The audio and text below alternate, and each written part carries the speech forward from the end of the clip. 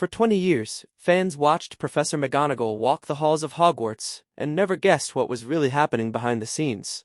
Maggie Smith kept it hidden from almost everyone on set. The children never knew. The crew barely suspected. She showed up, delivered her lines, held that famous cold stare, and then disappeared into her trailer where the real story played out. At 89, just before she died in 2024, the full truth started coming out, and it was not what fans expected. What she was actually going through during those films changes everything we thought we knew. It all begins in a quiet place just outside London. Maggie Smith came into the world as Margaret Natalie Smith on December 28, 1934. Her life did not start with fame or applause. It started small, almost ordinary. Her mother worked as a secretary. Her father was a pathologist. When she was 4, the family moved to Oxford, a place filled with books, ideas, and long quiet days. Then something shifted. Her father died when she was only 9. That loss did not just pass through her. It stayed. It made her quiet in a different way. She watched more. She spoke less. Somewhere in that silence, she began to understand people in a way most children never do. At the same time, a strange contradiction was growing inside her. At just 4 years old, she stood in a church and recited poetry so clearly that she won a contest, holding the room in complete stillness. Yet outside that moment, she struggled to speak without stuttering. Words would trip over themselves, and she would shrink back. So instead, she learned to observe. She studied faces, tones, small gestures, and slowly built a shield out of wit. Acting gave her something even more powerful, a voice that did not belong to her fear. By 17, that quiet, watchful girl stepped onto a real stage. At the Oxford Playhouse, she played Viola in Twelfth Night. It should have felt like a breakthrough. But, behind the scenes, life was far from glamorous. She earned almost nothing, just a few pounds a week. She lived in cold rooms, ate little more than tea and toast, and counted every coin. Still, every night she stood under the lights, playing a character full of life while fighting hunger and doubt. That contrast shaped her. It hardened her. It made her rely on nothing except her own ability. Then, in 1956, she appeared on Broadway in New Faces of 56. She did not try to fit in. She did not try to be charming in the expected way. Instead, she leaned into oddness, into sharpness, into something almost uncomfortable. Critics did not know what to do with her at first. Some called her vulgar. Others saw something deeper, vulnerability, raw and honest. Around the same time, she faced rejection that could have stopped everything. Twice she applied to RADA, and twice she was turned away. She did not bend.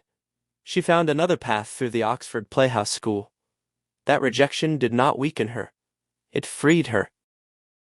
And then came the moment when everything seemed to ignite at once. In 1962, at just 27, she stepped onto the West End stage in The Private Ear, and the public eye, performing 2 completely different roles in the same night. The speed of the change shocked audiences. Critics called her electric. Laurence Olivier noticed that connection led her into one of the most intense experiences of her early career, playing Desdemona opposite Olivier's Othello. There were moments on stage that felt too real, like the time he struck her harder than expected. She later described it as a kind of battle. But from that tension came something powerful. Her Desdemona felt alive, frightened, desperate. But while her career was rising, her personal life began to strain.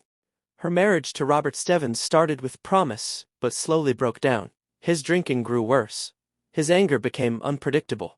By 1975, the marriage ended, leaving behind pain but also clarity. She walked away not just for herself, but for her children. And still, she kept going. In 1970, she stepped into Hedda Gabler, a role that demanded everything from her. She threw herself into the character's desperation, cruelty, and trapped rage. Night after night, it drained her. She collapsed backstage more than once. But the performance was unforgettable. By 1969, everything came together in the prime of Miss Jean Brodie. Her performance was bold, complex, and impossible to ignore. When she won the Oscar, She had beaten some of the biggest names of that time. It was proof that her way, strange, sharp, unpredictable, worked. In A Room with a View in 1985, she played Charlotte Bartlett as a snobbish chaperone whose lines had a sting to them. Helena Bonham Carter later remembered how Smith would slip in extra cutting remarks about class and behavior. James Ivory admired the way she brought real poison into Edwardian snobbery, and the performance earned her an Oscar nomination. Then came Gosford Park in 2001. As Constance, Countess of Trentham, Smith played an aging aristocrat with all the pride in the world and far less power than she wanted. Robert Altman's film lived on tension, class anxiety, and hidden resentment, but Smith made Constance feel even harsher by slipping in extra insults that revealed the prejudice sitting under the polished surface. Clive Owen remembered rehearsals stopping cold because of the venom in her delivery. Altman loved it. Helen Mirren's character watched her carefully, and the audience did too. By the time she reached The Lady in the Van in 2015, the sharpness was still there, but now it carried a more painful truth. She played Miss Shepherd, a homeless woman living in a van. After losing her husband, Beverly Cross, in 1998, Smith had learned how grief could settle into the body. During filming, she was also dealing with a hip replacement. At 80, she pushed through pain that would have stopped many actors. She refused stunt doubles and kept moving through rain, soaked scenes, turning her discomfort into part of the character's roughness. Then, in 2010, she arrived on Downton Abbey as Violet Crawley and found a whole new audience. From the moment she asked, "What is a weekend?" she became the heartbeat of the show. The line worked because she delivered it with complete confidence, as if the idea of ordinary workdays belonged to another species. Viewers loved it instantly. The clip spread everywhere, became a meme, and entered everyday culture. At 75, she was not simply part of a successful series. She was the soul of it. When she died in 2024, tributes poured in from across the industry. Just this year at the 2026 Oscars, a special In Memoriam segment dedicated nearly 2 minutes to Smith alone, with Cate Blanchett delivering a moving tribute that left the audience in tears. What made that period even more remarkable was that her health was already becoming a serious struggle. By 2015, glaucoma had blinded her in one eye. Reading scripts hurt. Close-ups were painful. Directors had to adjust angles to hide the problem. Still, she kept going. That same stubborn fire burned on stage as well. In 2019, at 84, she returned to the theatre in A German Life at London's Bridge Theatre, a 100-minute monologue as Brunhilde Pomsel, a former secretary of Joseph Goebbels. There were no distractions, no crowd scenes, no elaborate movement, just Smith, the words, and the terrible moral emptiness of a woman who had lived close to Nazi power. After 12 years away from the stage, she gave a performance many called one of the finest of her career. And then there was Harry Potter, which gave her a different kind of immortality. When she first entered Hogwarts in Sorcerer's Stone, she did not need spectacle to command attention. The camera looked up at her. The posture was straight. The chin was slightly raised. Suddenly, Professor McGonagall felt less like an actress in costume and more like a woman who had ruled that castle forever. The crew wanted her walk to be slow and exact. Every step seemed to carry authority. Even the younger actors felt it. When she arrived on set, the space changed. It no longer felt like a film set. It felt like a classroom, and nobody wanted to be the one to disappoint her. Yet her relationship with the Harry Potter world was never as dreamy as fans imagined. She read the books once and later admitted they did not fully satisfy her. That surprised many, but it makes sense. She loved theater live change, the way a character could grow through performance. In contrast, the books gave her a finished world already fixed in place. So, rather than becoming a fantasy devotee, she built McGonagall from something much more grounded, the idea of a strict, intelligent schoolteacher. That distance from the magical craze may actually be one reason the character felt so real. She was not playing wonder. She was playing discipline, judgment, and inner steel. That same control shaped even the physical side of the role. She treated the wand like something that required discipline, rehearsing angles and wrist movements carefully so her spells looked neat, sharp, and exact. People on set joked that she handled it like a trained stage weapon. Later, when Ralph Fiennes brought his own eerie improvisations into scenes as Voldemort, Smith met that energy with total calm. He could move slowly, speak with menace, stretch the tension. But she stared back with such cold authority that the clash felt real, two opposing forces testing each other. At the same time, fame came with frustrations. On the Graham Norton show, a child once asked her if she had really been a cat, referring to McGonagall's transformation. Smith laughed hard and gave a witty answer. But behind that reaction, there was also a hint of annoyance. She had spent a lifetime building performances with intelligence and craft. Now, part of the public wanted to reduce all that work to whether she had once turned into a pet. That irritation became much easier to understand once people learned what she had been living through during the later Harry Potter films.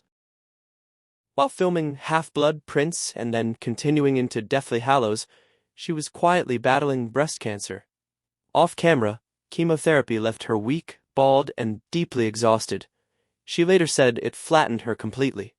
There were times she had to grip railings just to stay steady between takes. She nearly quit. She was unsure whether she could finish. Yet the people making the films believed McGonagall mattered too much to lose. Somehow, Smith forced herself through it. For Deathly Hallows, she worked under wigs, joking darkly about how she looked. But the humor covered something far harder. She was proud of herself for getting through it, and she should have been. On screen, audiences still saw the stern face, the clipped words, the hard stare. They did not see the private misery behind them. In later interviews, she spoke plainly. She was grateful for Harry Potter, but she also said it was not the most challenging material she had ever done. She felt there were too many reaction shots, too much waiting, not enough of the living creative danger she loved in theater. Even the practical side wore her down: the giant hats, heavy costumes, endless cold, waiting in trailers. After her death, clips of these remarks spread widely online, and some people tried to turn them into proof that she hated the role. That was too simple. What she hated was drudgery. What she disliked was creative limitation. She could be grateful and honest at the same time. That blunt honesty was part of what made her Maggie Smith in the first place. The people around her often only understood the full truth later. Emma Watson praised the way Smith held her own among the male authority figures at Hogwarts. Rupert Grint spoke movingly after her death about the hidden pain she had endured while still being kind and funny around the younger cast. The children saw the wit, the command, the playfulness, the professionalism. They did not see the sickness behind it. She carried that alone. In 2024, when the news of her cancer battle finally became public, fans were heartbroken but also in awe. In 2026, the Harry Potter franchise continues to expand with the Max series in development, and producers have confirmed that McGonagall's legacy will be honored in the new adaptation. Casting rumors for a younger McGonagall have ignited social media debates, with fans arguing that no one could ever truly fill Smith's shoes. When she died on September 27, 2024, at the age of 89, fans raised wands for her in tribute. For once, the gesture felt fully deserved. McGonagall had always stood for dignity, discipline, and strength. Smith had given her all of that because she had lived all of that. What remained was not just a list of awards or famous lines. What remained was an image that ran through every part of her career. A woman with a sharp mind, a harder will, and a gift for making every sentence land exactly where it should. She could terrify children in a manor house, rule an English estate with one raised eyebrow, carry a 100-minute monologue about moral blindness, or walk into Hogwarts and make the whole place feel real. Even in illness, even in age, even when the work exhausted her, she kept performing with discipline and bite. That is why she lasted. That is why people kept watching. And that is why, even now, once you start reading about her, it is hard to stop.